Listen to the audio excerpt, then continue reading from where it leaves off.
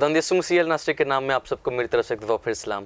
मेरा नाम Raymond Davidson और मैं आप जैसे तमाम नौजवानों के लिए ये प्रोग्राम मेरी उम्र के नौजवानों प्रोग्राम लेकर आया हूँ। उम्मीद है कि आप सब इन कोरोना के डेज़ में और इन तमाम सिचुएशंस में अपनी प्रॉब्लम्स को फेस करते हुए अभी तक से सलामती से खड़े हुए होंगे। मैं आपकी शुक्रगुजारी कर लेता हूँ कि आप जैसे तमाम नौजवान, बड़े बुज़ुर्ग और छोटे मेरे प्यारे तमाम मेरी वीडियोज़ को और तमाम हमारे साथ की वीडियोज़ को बहुत ज़्यादा लाइक करते हैं, शेयर करते हैं और उनके व्यूज़ देते हैं।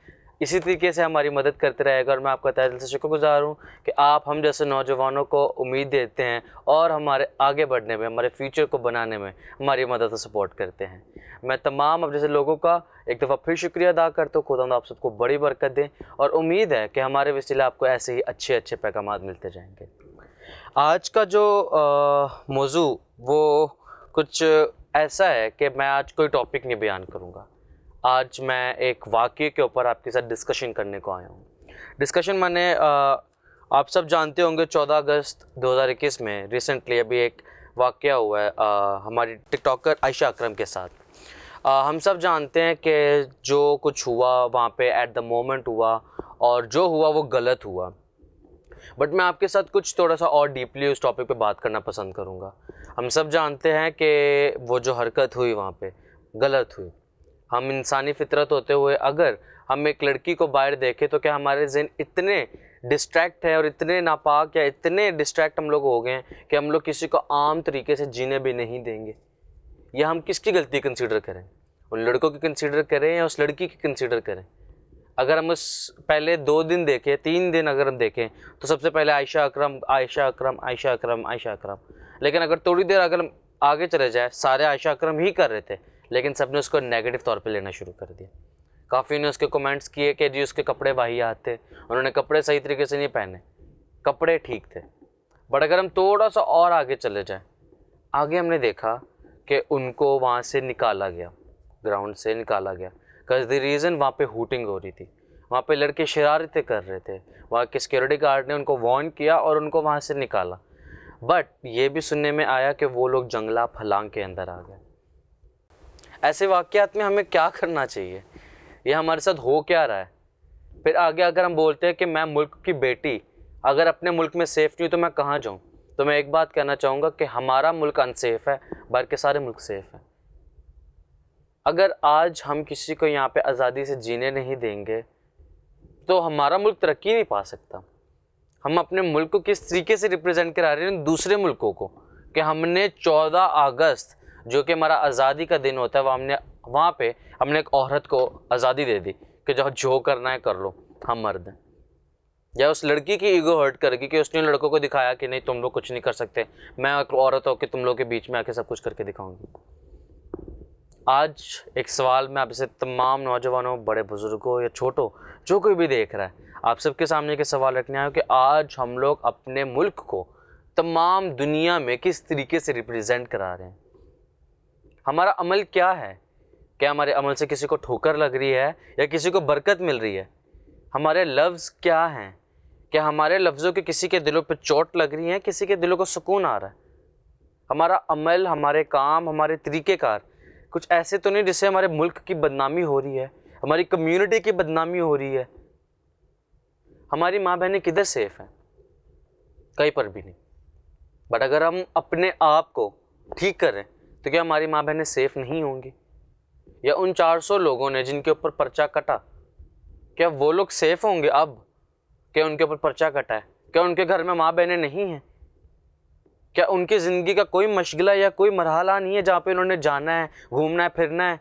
क्या वो सेफ़ है कि अनसेफ़ है? उनकी ज़िंदगी अब कैसे चलेगी?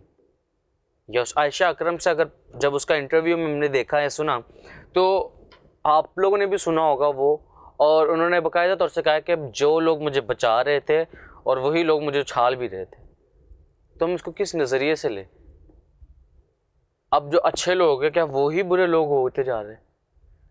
या जो लोग उनकी मदद करने के लिए गए क्या वो भी उनके लिए गलत हो गए हों? मैं इसमें सबको दोषी ठहराऊँगा, लड़की को भी, लड़कों को भी। मैं मानता हूँ जो हुआ वो गलत हुआ, नहीं होना चाहिए था। आज तक स्टिल उस लड़की के बारे में स्टेटसेस लगे रहे हैं और अब उस लड़की आयशा अकरम के बारे में नेगेटिव कमेंट्स आना शुरू हो गए दैट आप होते कौन हो, अगर आपकी ईगो हर्ट कर गई है तो क्या आपकी वजह से अगर उन लड़कों की ईगो हर्ट कर गई और अगर उन्होंने ये अमल या ये हरकत की है तो आपको किस तरह का दुख पहुंच रहा है?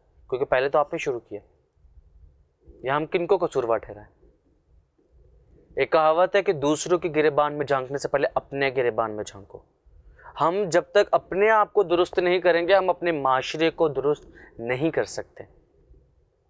अगर मैं कहता हूँ कि अगर मैंने एक कुछ चीज़ खाई है और मैं उसका जो कचरा है, जो रैपर है, वो फर्श पे फेंक दूंगा तो मैं अपने मुल्क को खुद बदनाम और गंदा करूँगा, जिससे बहुत ज़्यादा चीज़ें क्रिएट होती है, लैंड पोल्यूशन क्रिएट होता है और बड़े डिजीज़ ऐसे भी फैलते हैं जिससे कचरे की वजह से डिजीज़ फैलते हैं। मैं अगर अमल अपना दुरुस्त नहीं करूँगा तो मेरी दुनिया, मेरा मुल्क, मेरा घराना दुरुस्त नहीं होगा। एक और कहावत है कि बूंद बूंद से सागर बनता है। आज आप कोशिश करेंगे तो क्या पता आप एक बूंद से आप एक पूरा सागर बनाने बन जाए। अगर आज हम उनकी बेहतरी या इस टॉपिक पर अगर आज मैं बात कर रहा हूँ तो मेरी रीज़न क्या है, ताकि मैं आप जैसे तमाम नौजवानों को अवेयर करूँ कि आप जो कर रहे हैं वो गलत कर रहे हैं। ज़रूरी नहीं कि हर नौजवान एक जैसा हो, नहीं, मैं नहीं कहता। काफ़ियों के अंदर कुछ नई हरकतें होती हैं जो कि सोसाइटी के लिए अच्छी सबब बनती हैं। हम अपनी सोसाइटी को क्या रिप्रेजेंट करवा रहे हैं कि हम क्या और कैसे हैं। अगर हम कलाम मुकद्दस की तरफ चले जाए, खुदावंद यीशु मसीह ने एक तमसील बयान की थी कि अगर कोई तुम्हारे एक गाल पे तमाचा मारे तुम अपना दूसरा गाल भी आगे कर दो। मैं ये नहीं कह रहा आयशा अकरम को कि और जलील हो या और बदनाम हो। हम क्या अमल कर रहे हैं? हम नेगेटिव जा रहे हैं कि हम पॉजिटिव जा रहे हैं? उन लड़कों के अगले अगर मैं कहूँ कि क्या उनको ये हरकत करनी चाहिए थी कि नहीं, हम सबको पता है, हम सबके पास एक ही जवाब है कि नहीं करनी चाहिए थी। लड़की के लिए एक बाकायदा स्पेशल कमेंट हुआ कि वो मुजरा करती है और कर रही थी वहाँ पर भी, और साथ ही साथ ये भी कहा गया कि वो फ्लाइंग केसेस पास कर रही। अब ये अमल क्या उन लड़कों के लिए अच्छा साबित हुआ कि बुरा साबित हुआ?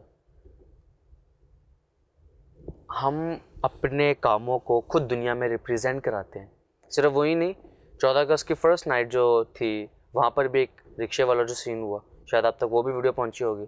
और एट द मोमेंट एक और 14 अगस्त की सुबह एक और वाक़या हुआ जिसमें लड़कियों को पकड़ा और वो लड़की सेफ हो गई बिकॉज उसके कुछ अपने दोस्त या हमराह उसके साथ थे। हम कहाँ सेफ हैं? या हमारी माँ बहनें कहाँ सेफ हैं? या अगर उन 400 लोगों ने किया कि उनकी माँ बहनें अब सेफ हैं, या उनका टेरर बढ़ा, या उनके ये अमल करने से उनका नाम बढ़ा? हम शैतान को खुद मौके देते हैं कि हमारे काम को ख़राब कर। हम अपने मुल्क को खुद बदनाम कर रहे हैं। अगर मैं आज आपके सामने एक नौजवान बैठा हुआ ये खिदमत कर रहा हूँ तो इसमें मेरे बहुत ज़्यादा रीज़न्स हैं।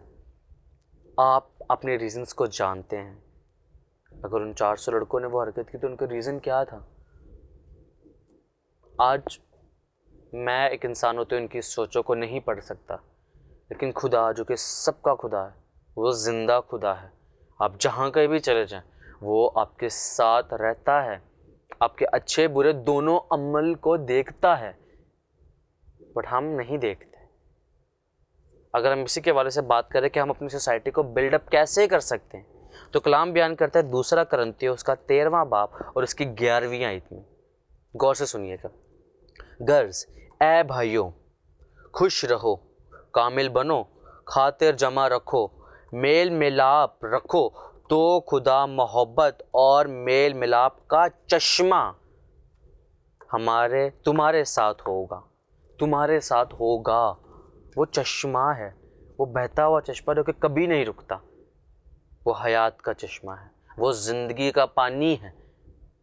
अगर हम उसको नहीं लेंगे, अगर हम इंग्लिश बाइबल में पढ़ें तो यहाँ पे जो लिखा है गर्ल्स ए भाइयों, इंग्लिश बाइबल में लिखा है ओ ब्रदर्स एंड सिस्टर्स, दोनों को कहा गया है। मैं फिर कहता हूँ कि हमने अपनी सोसाइटी को खुद बिल्डअप करना है।